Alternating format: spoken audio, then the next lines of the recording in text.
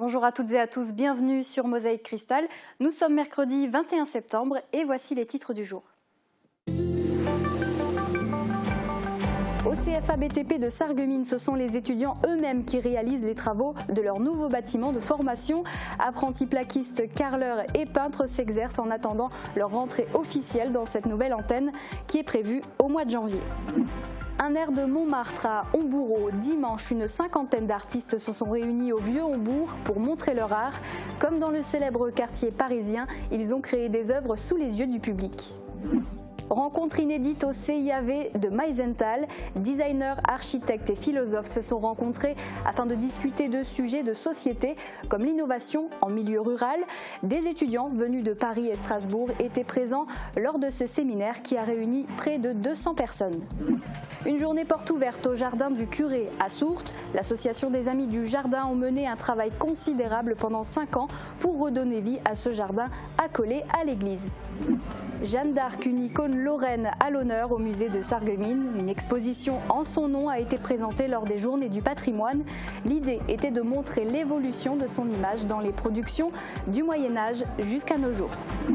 Et enfin, la boîte noire de Meisenthal a accueilli le groupe LZR, un groupe de rock local venu du Beacherland et de Forbach, créé dans les années 80. Ils ont donné un café-concert 30 ans après leur premier passage à Meisenthal. Et aujourd'hui, c'est le grand retour de Thibaut sur notre plateau. Bonjour Thibaut. Bonjour Margot. Eh bien, ça fait plaisir de te revoir.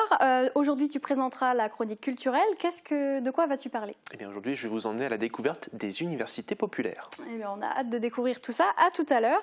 Et en fin d'émission, on s'intéressera aux dons de spermatozoïdes à travers un magazine de l'Agence de la biomédecine.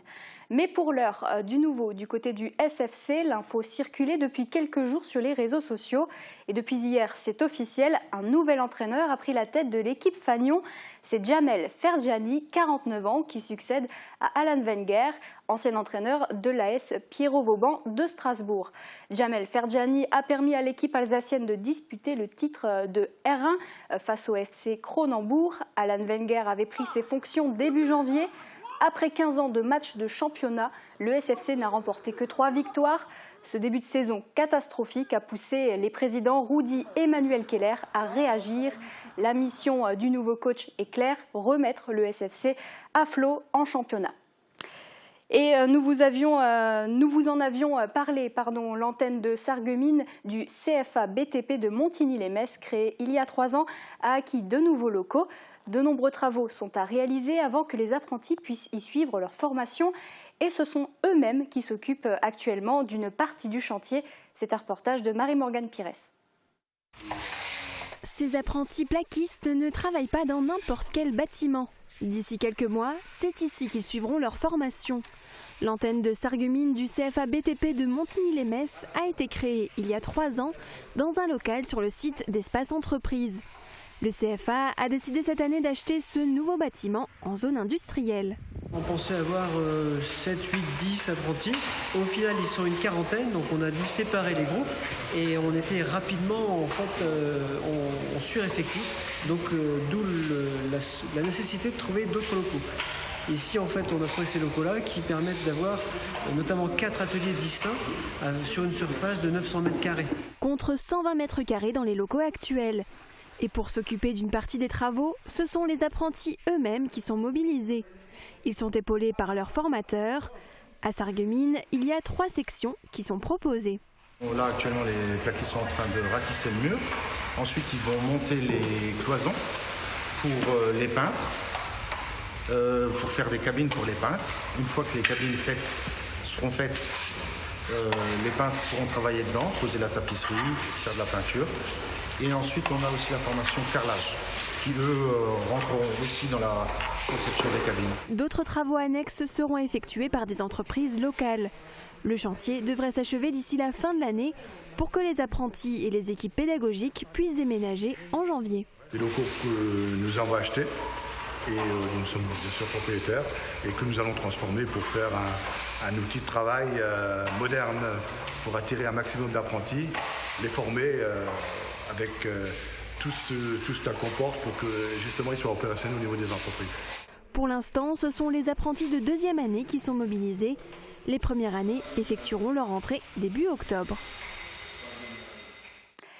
À l'occasion des journées du patrimoine, la ville de Homboureau en a profité pour inaugurer le Petit Montmartre. Une cinquantaine d'artistes a fait le déplacement au pied de la collégiale Saint-Étienne pour, comme à Montmartre, faire découvrir leur art en peignant ou en créant sur place. C'est un reportage d'Émilie Capodici et Jean-Marc Michiche. Il y avait comme un air de Montmartre à Homboureau ce dimanche. La municipalité a inauguré le Petit Montmartre du Vieux-Hombourg, une manifestation qui fête sa 10e édition, mais qui n'avait plus eu lieu depuis 2019. Un événement qui trouve parfaitement sa place dans la commune fraîchement labellisée Petite Cité de Caractère. Aujourd'hui, ça fait une douzaine d'années que ça a été mis en veille et j'ai souhaité un petit peu relancer cette manifestation en revenant aux fondamentaux. Donc on fait un clin d'œil à Montmartre, à Paris, pour recréer quelque chose de, alors pas de similaire ici, mais voilà, pour dire, tiens, il y a quelque chose de particulier qui se fait sur ce territoire. Donc arrêtez-vous et puis venez passer un bon moment dans le Petit Montmartre d'Homboureau. Une cinquantaine d'artistes sont venus à la rencontre du public, toiles et pinceaux sous le bras, pour peindre ou dessiner directement dans la rue, à l'image des artistes du célèbre quartier parisien. Angie, peintre-performeur, est venue de Strasbourg pour se lancer un défi, produire 4 toiles représentant 4 monuments historiques de la ville en une seule journée. 4 thèmes, là nous avons le mur, il y aura l'hôtel de ville, il y aura l'église aussi qui sera créée et ce soir donc il y aura 2 toiles qui seront exposées à 17h, tip top, j'ai terminé. Ça fait très plaisir d'être à l'air libre, avoir son atelier à l'air libre aussi. C'est un beau thème pour finir l'été et commencer un automne en couleurs. Des couleurs, il y en avait partout aussi dans l'ancien couvent. Les élèves et professeurs de Plastica Naboria, académie de peinture basée à Saint-Avold, exposaient leurs œuvres au public. L'académie, créée en 2011, compte près de 80 élèves encadrés par des peintres professionnels. C'est là où surtout on se rend compte de la qualité des cours. Pour en arriver à ce que des élèves qui apprennent la peinture à l'huile réussissent à faire des choses aussi somptueuses, c'est pas mal. Et ça veut dire quoi? Ça veut dire que c'est la qualité du professeur qui vraiment entre en ligne de compte. C'est pas pour rien que je peux vous dire que M. Krausevan, professeur de peinture à l'huile, a fait quand même 12 années de beaux-arts à Moscou. C'est pas rien. Une journée qui célèbre l'art sous toutes ses formes et qui a réjoui les artistes comme les curieux, ayant fait le déplacement pour découvrir l'orgue de Barbarie ou encore pour se faire tirer le portrait. Je trouve ça extraordinaire, surtout pour la région et pour l'époque actuelle. D'abord, c'est très beau, mais parce que c'est de qualité et que ça va compter dans la région Lorraine. Il s'agit d'un petit Montmartre et je trouve ça particulièrement réjouissant. Il faudrait qu'il y en ait un petit peu davantage, mais c'est un début. Au vu du succès rencontré, le Vieux-Hombourg se transformera sans aucun doute à nouveau l'année prochaine en Petit Montmartre pour une 11e édition. Des rencontres professionnelles d'échange étaient organisées au CIAV de Meisenthal. Baptisée Campagne Première, ces journées de séminaire étaient consacrées à une réflexion autour de l'innovation en milieu rural. Organisée par l'École nationale supérieure des arts décoratifs, près de 200 personnes étaient réunies pour cette première édition. C'est un reportage d'Émilie Hazel. Un site d'art verrier qui accueille des architectes, designers ou encore des philosophes.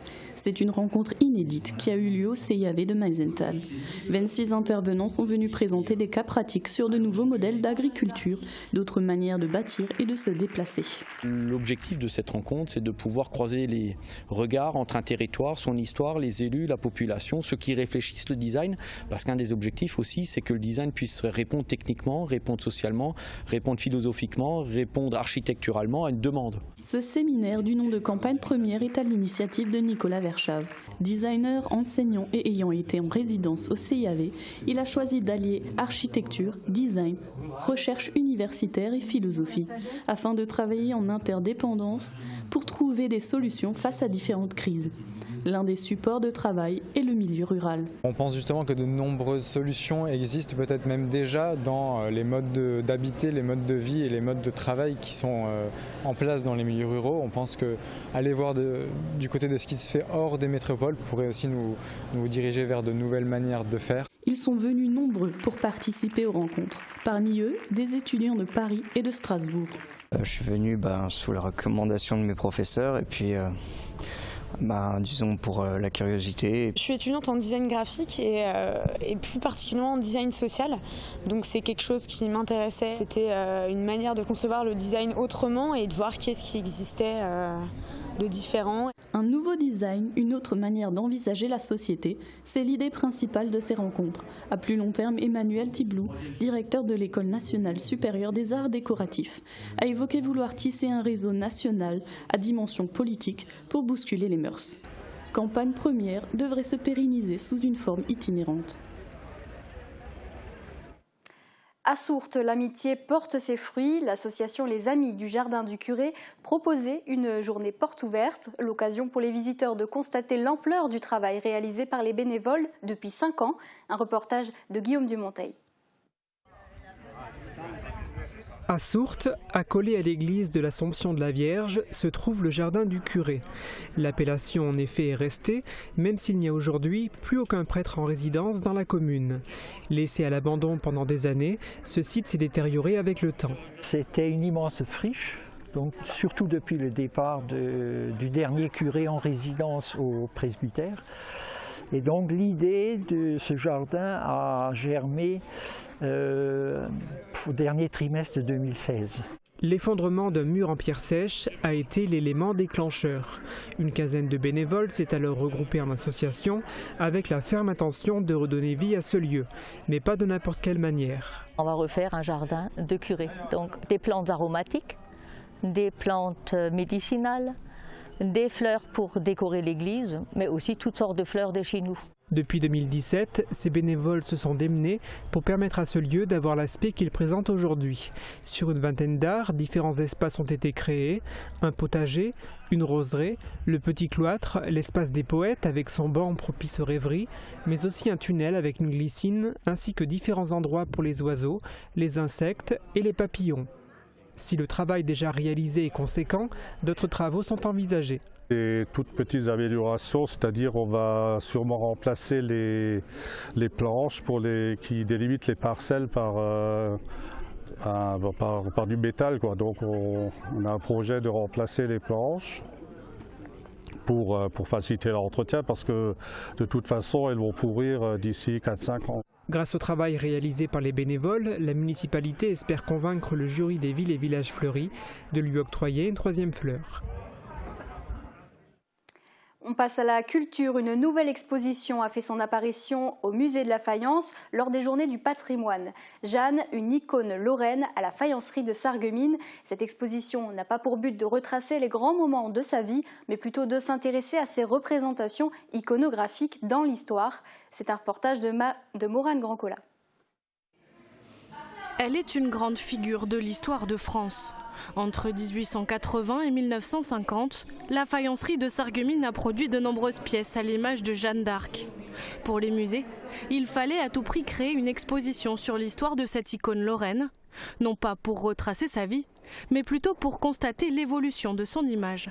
Donc le but, c'est vraiment de voir comment la manufacture a représenté la figure de Jeanne d'Arc et comment ils ont vraiment voulu retranscrire les préoccupations des Français de l'époque dans le contexte notamment de l'annexion, de la revanche et du conflit entre l'État et l'Église. Donc c'est amusant de voir tous ces petits symboles laïques ou religieux qui se trouvent dans la production, et on voit aussi qu'est-ce qui a inspiré les artistes de la faïencerie. Est-ce que ce sont des créations personnelles? Est-ce qu'ils se sont inspirés d'éléments qui existaient déjà, type imagerie d'Épinal, ou alors des grands tableaux qu'on peut voir notamment à Paris au Panthéon.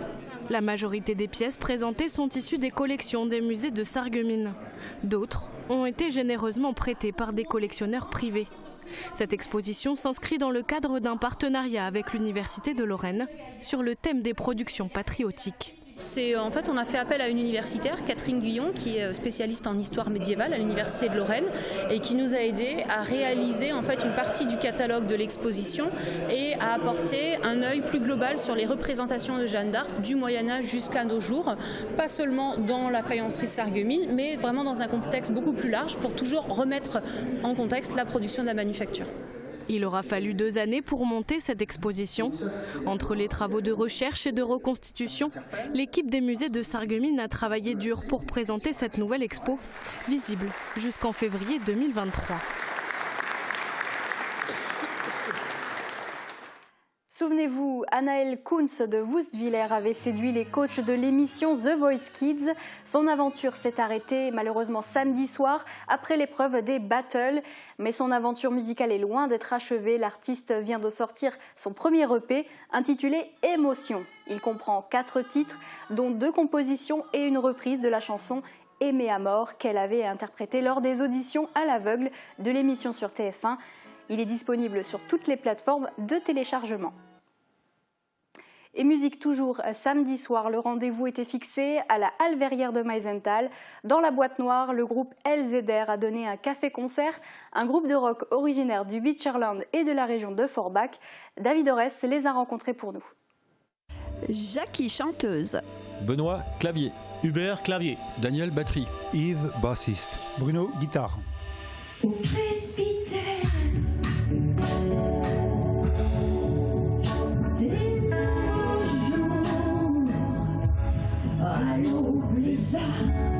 Ils sont 6.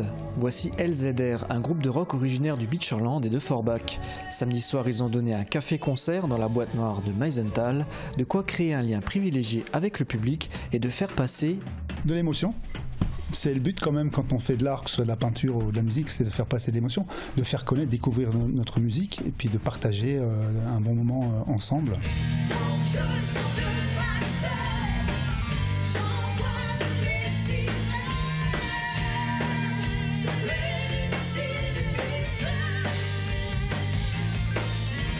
Une musique inspirée du rock progressif des années 70-80. Le groupe est né au milieu des années 80 et s'appelait Les Arts Tristes. Il a refait surface en 2017 sous le nom LZR. On a joué il y a plus de 30 ans dans un festival, dans le tout premier festival donc organisé déjà par la même association. Un groupe qui fait quasiment partie des murs de l'histoire locale. Un concert en plein week-end des Journées européennes du patrimoine. Rendez-vous calculé ou simple coïncidence, à vous de juger. Dans un instant, on retrouvera Thibaut pour la chronique culturelle. On parlera notamment de l'université populaire Sarreguemines-Confluence. A tout de suite. La rénovation de vos façades avec Modern Habitat allie esthétique et une résistance garantie à toutes les intempéries. Retrouvez votre programme avec le Crédit Mutuel, partenaire des grands événements de votre région. Une banque qui appartient à ses clients, ça change tout. Bonjour tout le monde, demain on pourra profiter d'une belle journée. Le soleil brillera sans discontinuer du matin au soir. Pensez à vous couvrir le matin, il fera entre 3 et 4 degrés. L'après-midi, le thermomètre grimpera jusqu'à 19 degrés. Demain, nous souhaiterons une bonne fête au Maurice. Passez une belle journée sur Mosaïque Cristal. C'était votre programme avec le Crédit Mutuel, partenaire des grands événements de votre région. Une banque qui appartient à ses clients, ça change tout.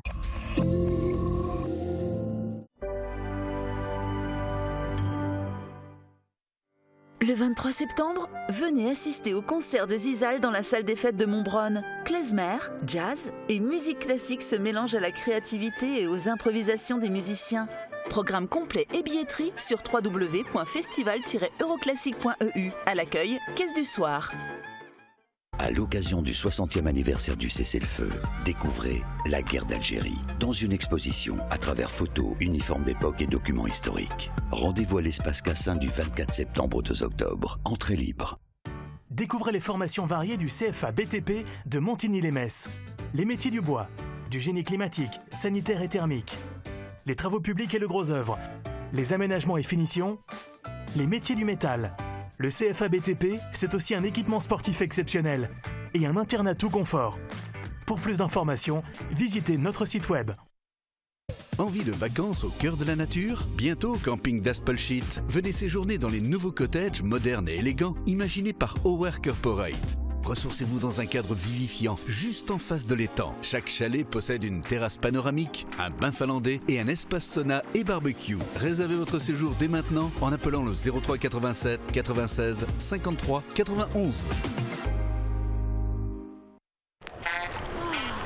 Je peux enfin profiter de la piscine. Suite à une intervention chirurgicale, nous pouvons vous fabriquer des embouts sur mesure étanches pour éviter l'insertion d'eau dans le conduit auditif. Et quand je bricole, comment me protéger? Il existe aussi toutes sortes de protections sur mesure adaptées à chacune de vos activités. Nous choisissons ensemble le filtre atténuateur qui vous convient. Et pour la moto? Et la musique alors? Quelle que soit votre activité, il est important de protéger son audition.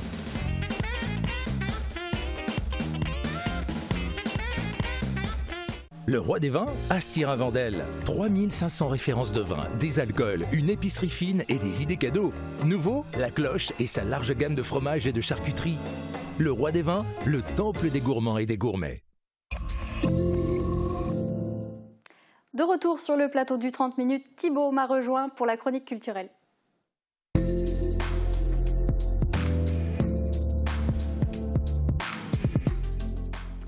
Alors Thibaut, avant de passer au vif du sujet, tu nous donnes d'abord les bons plans de sortie. Et oui Margot, oui, ils sont au nombre de 6. Tout d'abord, vendredi soir, le festival Euroclassique se poursuit au Pays de Beach avec le concert du groupe allemand Zizal.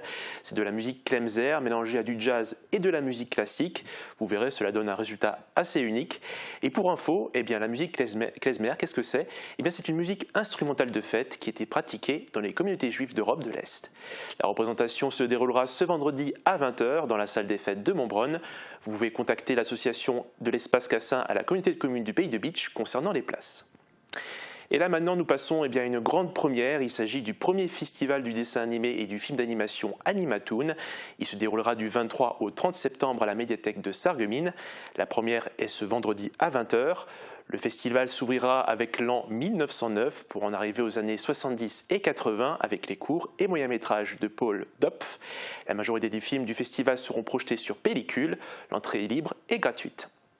On reste toujours dans le cinéma avec la projection à l'espace culturel de Putelange-au-Lac, le film Les Vieux Fourmis 2, Bon pour l'asile. Ce sera à 20h ce vendredi également, une comédie française réalisée par Christophe Duturon avec notamment Bernard Lecoq, Eddie Mitchell et Pierre Richard.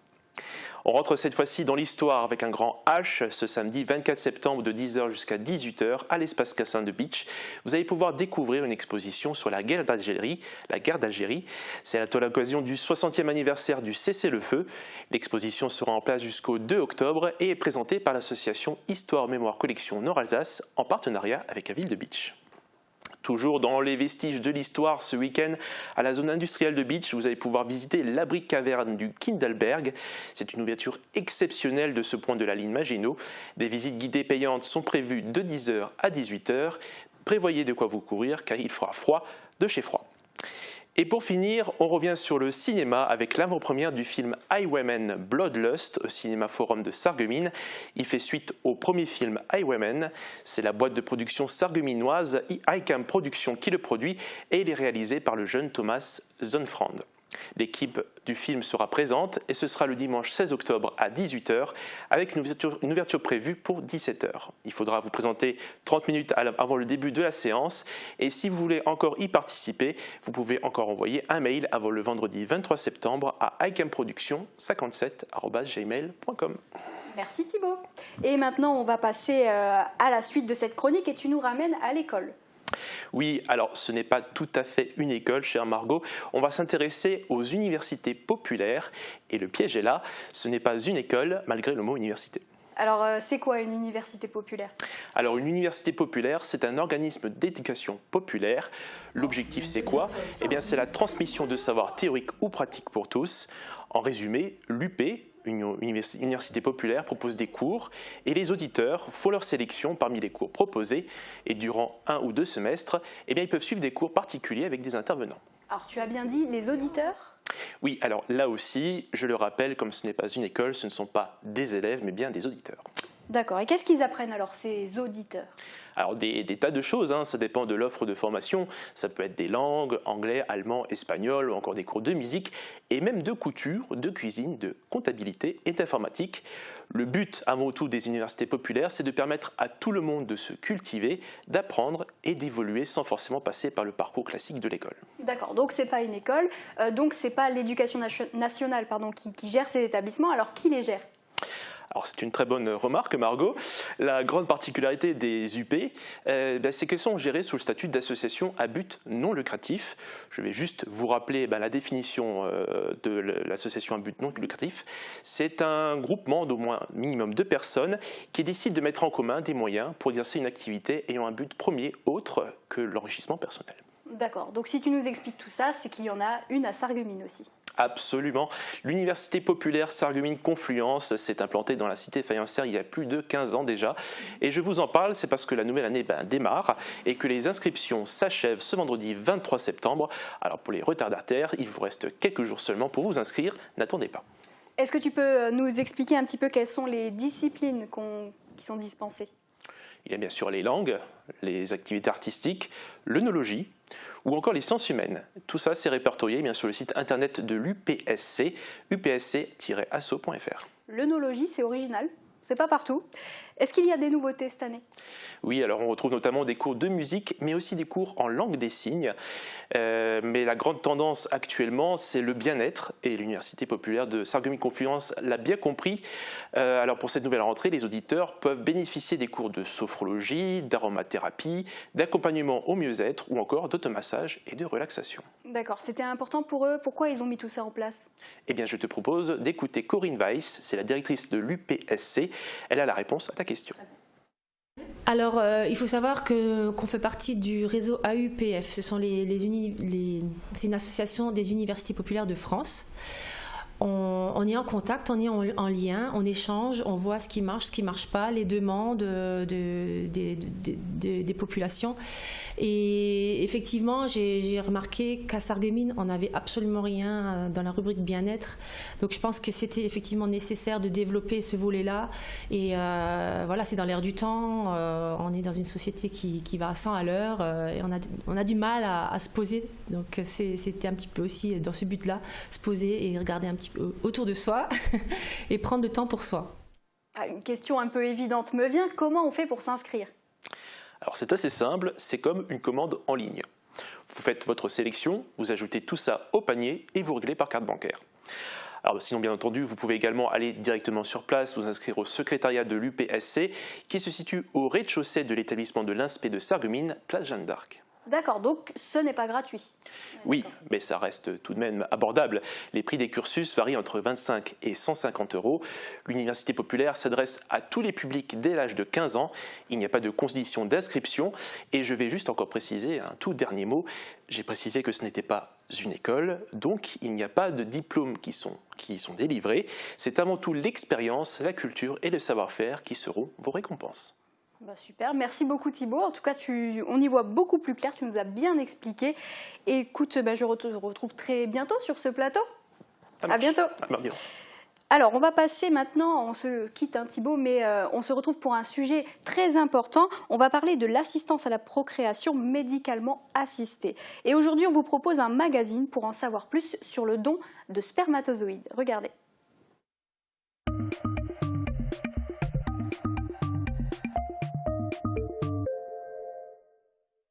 Bonjour, au sommaire de ce Mag-Info, nous en saurons plus sur le don de spermatozoïdes avec l'éclairage de notre expert le docteur Claire Devienne, médecin référent en AMP à l'Agence de la biomédecine.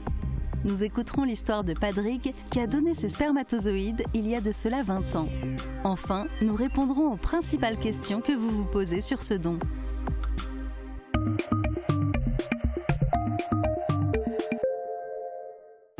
En 2021, près de 600 hommes ont donné leurs spermatozoïdes. Alors, qui peut donner et quelles sont les grandes étapes de ce don? Les explications du docteur Claire Devienne, médecin référent en AMP à l'Agence de la biomédecine. Mais avant, petit rappel, un don de gamètes, qu'est-ce que c'est? Le don de gamètes, c'est la seule possibilité pour des milliers de personnes d'avoir un jour un enfant. Parce qu'une gamète, c'est quoi? C'est un spermatozoïde pour l'homme un ovocyte pour la femme. Et pour fabriquer un embryon, il faut la rencontre d'un spermatozoïde et d'un ovocyte. Le don de spermatozoïdes, c'est pour des couples hommes-femmes, quand l'homme n'a plus de spermatozoïdes. C'est pour des couples de femmes et c'est pour des femmes qui ont un projet d'enfant en solo.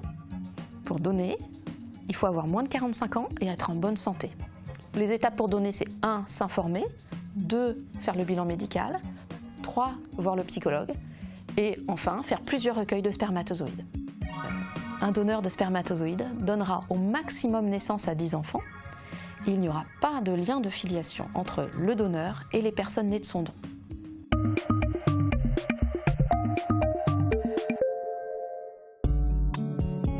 Il y a ceux qui reçoivent des dons de gamètes, et pour que cela soit possible, il y a ceux qui donnent.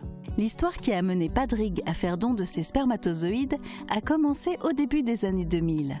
Sensibilisé à ce sujet par un couple qui avait des difficultés à avoir un enfant, Padraig décide alors de franchir le pas pour aider des inconnus à devenir parents.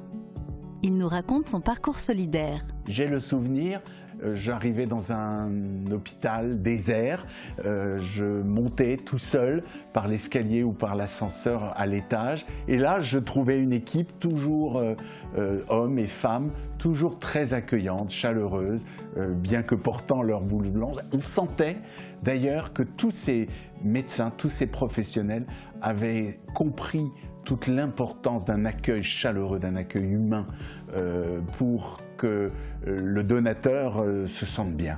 Le don se faisait rapidement et puis on se disait à bientôt. Et puis je passais à la boulangerie et je revenais à la maison avec des croissants pour un bon petit déjeuner et ça faisait plaisir à tout le monde. À l'époque, on avait 3 enfants. Ce que je peux conseiller aux donneurs d'aujourd'hui, c'est qu'ils aient conscience que le don lui-même n'est pas surhumain. C'est l'occasion d'aider, de donner corps à des projets ou de personnes qui voudraient un enfant. Mais ils en garderont au fil des années une énorme fierté, comme un acte simple qui les dépasse quelque part et qui les honore, je crois.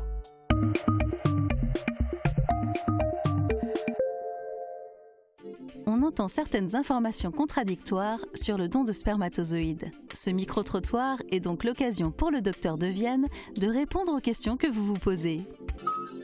Je souhaite faire un don à quelqu'un que je connais. Est-ce que c'est possible?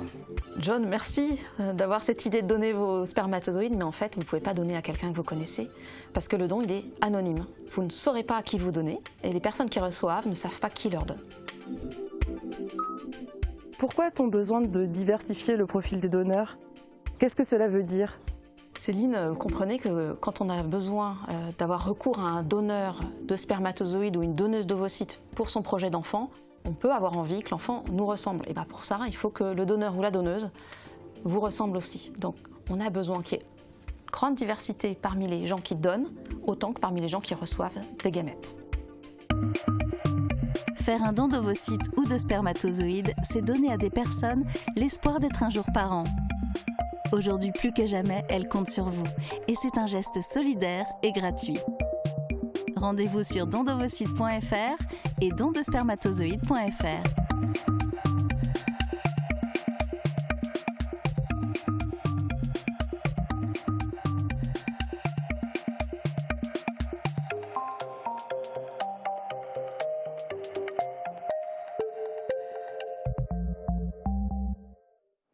Et c'est la fin de ce 30 minutes. Merci à vous de nous suivre chaque jour. Rendez-vous demain à midi pour une nouvelle édition qui sera présentée par Julia. Excellente fin de journée à toutes et à tous.